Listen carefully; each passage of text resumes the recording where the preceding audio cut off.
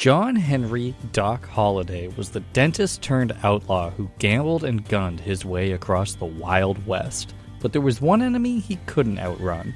After the OK Corral, the Cochise County Cowboys attacked Doc Holliday's friends. But the Cowboys forgot who they were dealing with. Doc and his gang would go on to exact their swift and unspeakably brutal revenge. But we'll get back to that.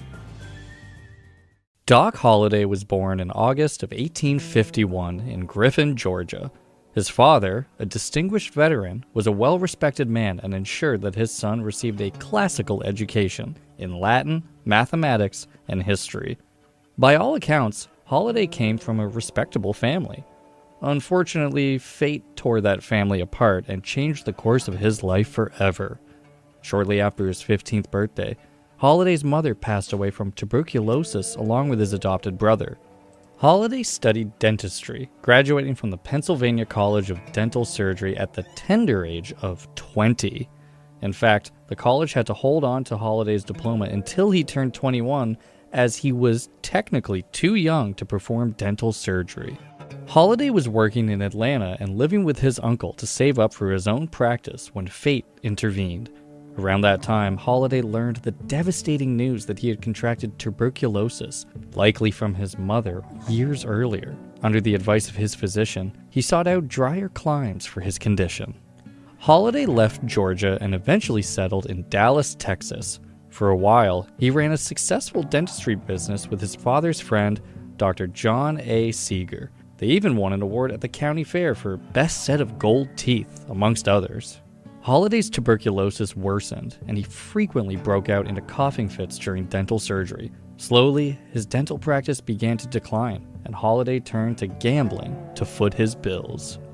While gambling in Dallas, Holliday had his first confirmed gunfight. After a dispute, Holliday traded bullets with a saloon keeper. Luckily, despite the barrage, neither man was injured in the exchange. However, Holliday's next dispute ended in a gruesome injury and pools of blood.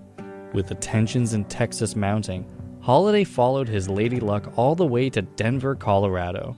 However, even there, his temper got him into trouble.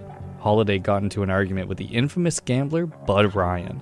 When things got heated, Holliday lunged at Ryan with a knife and seriously wounded him. Holliday bounced around the Wild West for about a year, eventually arriving in Breckenridge, Texas. Clearly, however, nothing had changed. After a disagreement with the gambler Henry Kahn during a game, Holliday beat the prominent gambler repeatedly with his walking stick. Both Holliday and Kahn spent some time in the lockup for their brawl. The authorities, it seemed, wanted to give the two hotheads some time to cool down, but Kahn only grew angrier. Later that same day, after the authorities had released them, Kahn approached an unarmed Holliday and gave him his best shot. Holliday survived, but was seriously injured. Once he recovered, Holliday traveled to Fort Griffin, Texas, where he met the love of his life, Mary Catherine Big Nose Kate Horney. She was a tough, stubborn, and fearless Wild West working girl who, much like Holliday, had come from a respectable background. After a brief stint in Fort Griffin, they moved to Dodge City, Kansas to turn over a new leaf. It seems like Holliday's run-in with Kahn had him thinking twice about the outlaw life. He registered at a boarding house in Dodge City along with Big Nose Kate under the name Dr. and Mrs. John H. Holliday.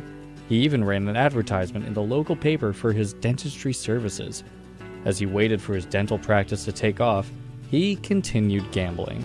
Bat Masterson claimed to have first-hand knowledge of Holliday's lethality. Masterson claimed that, while Holliday was passing through in Jacksboro, Texas, he got into an altercation with an unnamed U.S. Army serviceman. As these disputes tended to in the Old West, things turned brutal. Masterson claimed that Holliday and this unnamed serviceman got into an exchange of bullets. Naturally, Holliday got the better of the situation and vanquished his opponent.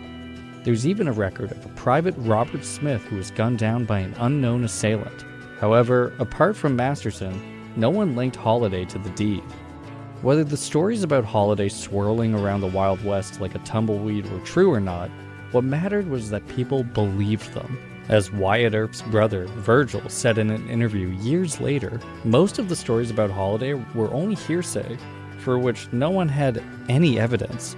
Holliday opened a saloon in Las Vegas, New Mexico, with his long-term love interest, Big Nose Kate. But as Holliday was enjoying a game of poker, trouble erupted. A former U.S. Army scout, Mike Gordon, caused a scene with one of Holliday's saloon girls. Holliday would have been happy to let the incident go if Gordon hadn't done what he did next. Gordon and this unnamed saloon girl had, at some point in the past, been lovers. Desperate to win her back, Gordon tried to convince her to leave her job in the saloon and join him. When the woman refused, things took a turn for the worst. According to one version of the events, Gordon became irate and stormed out of the saloon shouting obscenities. This likely upset Holliday, as it would have driven business away from his establishment. The other version of events is that Gordon stormed out of the saloon, then spun around and began randomly firing into the establishment. Regardless of what exactly Gordon was doing, Holliday handled the situation decisively. He calmly got up from his poker table, walked out of the saloon, leveled his revolver at Gordon's head, and without a second thought, pulled the trigger. Holliday and Big Nose Kate received word from Wyatt Earp and his brothers about a silver rush out in Tombstone, Arizona.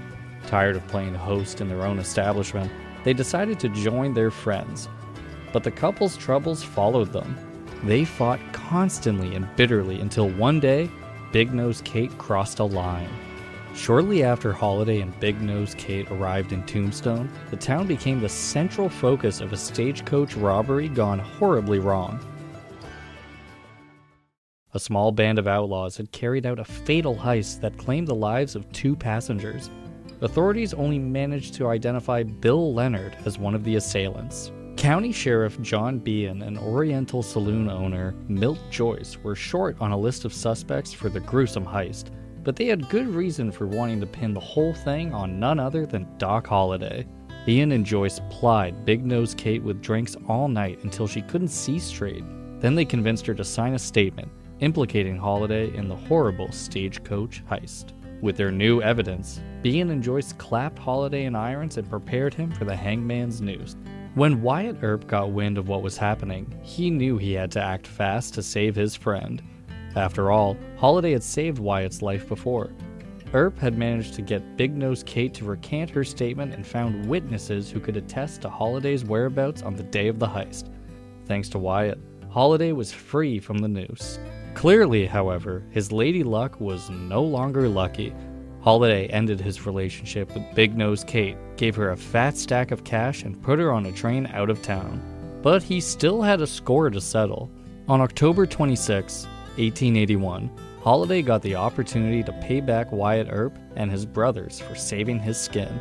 Virgil Earp, acting as a deputy U.S. Marshal, deputized Holliday and asked him to help in disarming a group of outlaws called the Cowboys, who had wandered into town. Holliday agreed. Holliday and the other members of the Earp party found the Cowboys outside of Holliday's boarding house. Believing that the Cowboys intended to do him harm, Holliday drew his revolver and opened fire on the stunned outlaws. What happened next has become the stuff of Old West legends. After Holliday drew his revolver, a horrible hail of bullets ensued. His first shot hit and fatally wounded Tom McClory. McClory's brother Frank then yelled at Holliday, "I've got you now!" Holliday fired back, "Blaze away! You're a daisy if you have." Both posses then openly fired on each other in a horrible incident that became known as the gunfight at the OK Corral. The entire fight lasted less than a minute, but by the time the last shot rang out, Holliday had more blood on his hands. Thankfully, it wasn't his. In addition to Tom McClory, Holliday had allegedly dispatched both Frank McClory with a shot behind the ear and possibly Billy Clanton. However, even as the shots stopped, the feud had only just started. In retribution for the slaying of their friends, Cowboys outlaws, presumably Frank Stillwell and Ike Clanton, attacked the Earp brothers. Once again, Wyatt called on Holliday to help him seek revenge in what would become known as the Earp Vendetta Ride. Holliday, along with Wyatt and his other deputies, formed a posse to escort the injured Virgil to safety in California. However, they cut their path in blood and bodies. In late March of 1882, Holliday, Wyatt, and other members of the Earp party tracked down and bumped off members of the Cowboys, leaving their bullet-riddled bodies behind. For their actions in March of 1882, Holliday and Earp had to flee warrants for their capture. Their bloody deeds had left behind a trail of bodies that no lawman could ignore, and clearly the tensions had gotten to the two best friends. While laying low in Albuquerque, the pair got into it after Holliday insulted Earp's woman. Fortunately, they didn't draw their revolvers on each other, but they did go their separate ways. Without the support of his best friend, Wyatt Earp, Holliday's condition began to take its toll on him, and he slowed his pace. In short order, the authorities caught up with Holliday in Colorado and were ready to send him to the noose. Despite their spat, however, it was Wyatt's turn to save Holliday's life once again. Wyatt arranged with Masterson to have Holliday extradited to Colorado on bunco charges and ultimately released on bail. Of course, a simple brush with the law did nothing to stop Holliday from seeking revenge on his enemies. Despite the fact that he was mostly flying solo and that his health was steadily declining, it's possible that Holliday continued hunting down cowboys and settling old scores. When the cowboy outlaw Johnny Ringo, for example, turned up with a bullet in his head, rumors began circulating that Holliday had done the deed. By 1884, Holliday's health had taken a turn for the worse, and he was running out of money. To get by, he had borrowed the small sum of $5 from William J. Billy Allen, a bartender of the Monarch Saloon in Leadville, Colorado.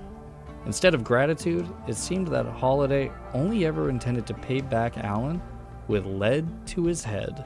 Allen demanded that Holliday pay back the loan by August 19th, or else. With his health failing him, Holliday knew that he couldn't get the money. More importantly, seeing as though he was so close to his own grave, he knew he had nothing to lose. He knew when and where Allen would be to settle their business. On August 19th, Holliday waited for Allen at Hyman's Saloon, a favorite of the bartenders.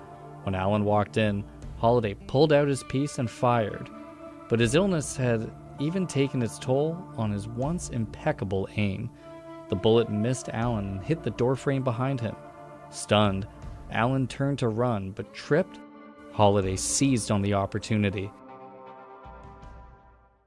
Standing almost directly over Allen, Holliday fired again. This time, he didn't miss. The bullet entered through Allen's upper right arm, between his shoulder and elbow, and tore through the entire thing, severing an artery. Allen stumbled to his feet, staggered onto the wall, and then collapsed into the arms of an onlooker. Unbelievably, Allen survived Holliday's ruthless attack. The authorities charged Holliday for the incident and put him on trial. However, the jury found that Holliday had acted in self-defense, given that Allen had threatened him before. As such, Holliday was free to live out his final days. He just didn't have many of them left. Holliday's health declined rapidly after that. He eventually settled at Hotel Glenwood, hoping that the sulfur fumes would cure him. Suffice to say, the noxious gases did not help his situation. As he drew his final breaths, he asked his nurse for a shot of hooch. When she declined, he remarked, "This is funny," staring at his bare feet. He had always imagined that he would pass away with his boots on, in a bloody hail of bullets. Before losing his battle with tuberculosis, Holliday had made peace with both his friend Wyatt Earp and his common-law wife, Big Nose Kate. Despite the hard life he had lived, he expressed no regrets. A few years earlier, a reporter had asked him whether his bloody deeds and feuds weighed on his conscience. Holliday simply replied, "I coughed that up with my lungs years ago." Thanks for watching History Exposé. If you love uncovering the best stories in history, hit like and subscribe to keep exploring with us. Don't forget to visit our main page, Factinate, for more incredible facts about everything.